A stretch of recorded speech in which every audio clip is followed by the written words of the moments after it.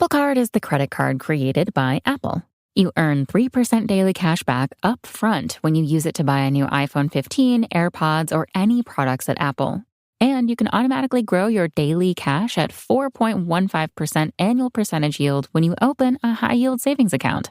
Apply for Apple Card in the Wallet app on iPhone. Apple Card subject to credit approval. Savings is available to Apple Card owners subject to eligibility. Savings accounts by Goldman Sachs Bank USA, member FDIC. Terms apply. Hold music. You want to avoid it, and so do your customers. So say goodbye to hold music and hello to faster, smarter support with Salesforce. Make service more personal and agents more productive using built-in trusted AI. Then watch costs and wait times drop and satisfaction soar. Support customers in a whole new way with Service GPT. Learn how at salesforce.com/servicegpt. This is Optimal Finance Daily, episode 2540, Budgeting Basics, Income versus Expenses, by Kumiko of thebudgetmom.com. And I'm your host and personal finance enthusiast, Diana Merriam. We're going to get right to today's post as we optimize your life. Budgeting Basics, Income versus Expenses, by Kumiko of thebudgetmom.com. Welcome to the first step in creating a budget. This might seem to be a pretty straightforward topic. However, some find this area challenging. Knowing your income in most cases is pretty easy. You get paid on the 5th and 20th of the month, and it's the same amount for every paycheck. But what happens when you start to track income that is inconsistent? Expenses is another topic that can seem pretty elementary. You pay $60 a month for your utilities and $40 a month on your phone bill. Sounds like a cinch, right? Well, let me be the first one to say, this is the area I struggled with the most. Pinpointing your spending is a much harder thing to do. Don't worry, I'm here to help you with this crucial first step. There is one rule I want you to keep in your head as you hear this post. Always budget for the worst case scenario. It's okay, I'll explain this a little later in the article. Disposable income. If you have consistent income, yay for you, this step is easy. Let's talk about inconsistent income. The first step in dealing with irregular income is to create a monthly cash flow plan. I know I'm getting into things I've not discussed yet, but bear with me. This will be used to determine how much you need each month just to get by. So let's discuss this little thing we call the cash flow statement, or commonly called the statement of cash flows.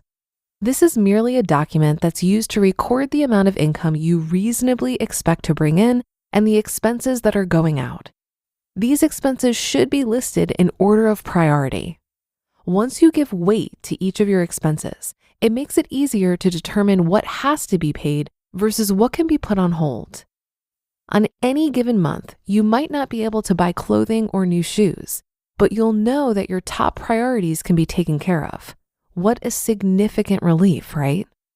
Try to mimic a steady paycheck as much as humanly possible. This is where that little rule I wanted you to remember comes into play. Plan for the worst case scenario. On a piece of paper, list the income you have received over the last 2 months and circle the lowest paycheck you received over that time frame. This is the amount you can use as a starting point and is the value you will use to cover all of your monthly expenses and top priorities. If one month you're not able to cover your monthly expenses with this value, you use the priorities you created earlier to eliminate some of the lower priority expenses. Another option I'm going to suggest when you're dealing with irregular income is to open a separate checking account. Please, please, please check the fees at the bank you choose. This bank account should be labeled as your paycheck account for your irregular paychecks. You'll then withdraw the predetermined amount you figured from the step before. This withdrawal will be consistent based on the time frame you chose to budget. Are you budgeting for every 2 weeks or every month? Deposit this amount into your regular personal checking account and pay your expenses. If your paycheck is higher than your predetermined amount, leave it in your paycheck account and let it grow to use for months your paycheck is lower than expected. Expenses. There are two fundamental terms I want to cover when talking about expenses. Number one, fixed expenses. These are expenses in your monthly budget that never change. For example, your car payment will always be $250 a month. Your mortgage will always be $800 a month. The values of these expenses are what I like to call in stone. There's no option to reduce them in most cases. Essential expenses are also usually the top priority expenses on your cash flow statement. These types of expenses are paid month to month without changing much in amount. Examples of fixed expenses include rent or mortgage, car payment, life insurance premiums, and cable and internet. And number two, variable expenses. These expenses are the ones I like to discuss. Why? Variable costs are not set in stone. For example, one month you might spend $30 on clothes. The next month you might spend $400. You have complete control over how much you spend on these items. That's the fun part. If you're tight one month on your budget, you can tell yourself, okay, I don't have enough money to spend $500 this month on groceries, so I'll alter my meal plan and bring it down to $300. This is a great thing, is it not? These expenses are usually on the bottom of the priority list, minus the food part. We all have to eat. Examples of variable expenses include clothes, food, entertainment, and household items. Once you're aware of all the things you spend your money on, you should be able to categorize your spending into fixed and variable expenses and then prioritize them. There are a few more pointers I want to touch base on with expenses. Each month might vary. This can get frustrating for some people. You know who you are. You want to see the same thing happening every month and for things to be consistent. With this attitude, you're more likely to fail, and I can't have that. Remember, this is what we call life.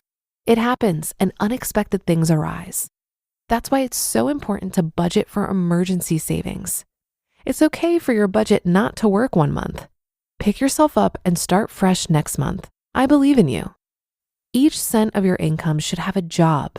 Whether that's paying for a bill or taking care of a want item, it must have a purpose. You're more likely to not spend money if the money you have is already allocated for another purpose. At the very end, when you add up your income and you subtract it from all of your expenses, it should be zero. If not, grab that calculator and check again. You might have to make adjustments. Your expenses do not have to have 1,000 categories. Make it simple for yourself. Here are the categories I use in my budget: bills, food, clothing, entertainment, and everything else, which is low priority. See, keeping it simple is keeping it real. Don't get overwhelmed by the details. If you need to make adjustments in your budget, the one place to go are those variable expenses. Remember, you control those values, so they will be easy to alter. Figuring out where your money is going and how much you have to spend is the first step in creating a working budget. You just listened to the post titled Budgeting Basics, Income versus Expenses by Kumiko of thebudgetmom.com.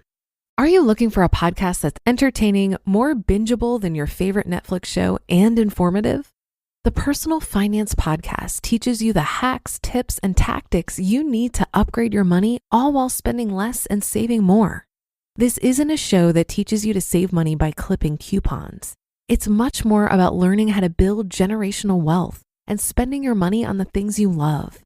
Search for the Personal Finance Podcast on Apple Podcasts, Spotify, or wherever you listen to podcasts. Your wallet will thank you later. Have you ever noticed how a calm mind can really set the stage for a good night's sleep? That's the idea behind our new podcast, Good Sleep. Greg, our host from Optimal Relationships Daily, is here to help ease you into a peaceful night's rest with some positive affirmations.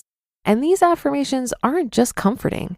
They can help ease anxiety and nurture positive thoughts, setting you up for true good sleep. So press play on Good Sleep tonight, because a good tomorrow starts with a good night's sleep. Just search for Good Sleep in your podcast app and be sure to pick the one from Optimal Living Daily. It can be challenging to manage cash flow when your income varies. But I like the suggestion that Kumiko offers today of trying to mimic a regular paycheck. This is exactly what I do. All of my self-employment and business income goes into my business checking account, and I have an automated monthly transfer into my personal checking account. The other thing that helps me with variable income and expenses is that I have a really nice buffer of cash. I have about $5,000 just sitting in my checking account to manage those months with larger expenses. For example, twice per year I pay my property taxes, and once per year I pay for my home insurance. Because almost all of my expenses are on auto pay, the buffer gives me extra security that there's always enough in my checking account. Of course, I still look at it regularly because at a bare minimum, I need to monitor for any fraudulent charges. The more I talk to people about budgeting, the more I realize that strict zero-based budgeting, where every dollar has a job, is just one style of paying attention to your money. I used to do this, and I think it was very valuable at one point in time. But in recent years, I've been much more relaxed. I focus more on meeting my investment goals and discussing with my Midwestern gentleman if we feel we're getting the appropriate amount of value out of our spending. As long as you're paying attention and meeting your financial goals, you're likely doing just fine. And that's a wrap for another Monday show. Have a great start to your week, and I'll be back tomorrow where your optimal life awaits.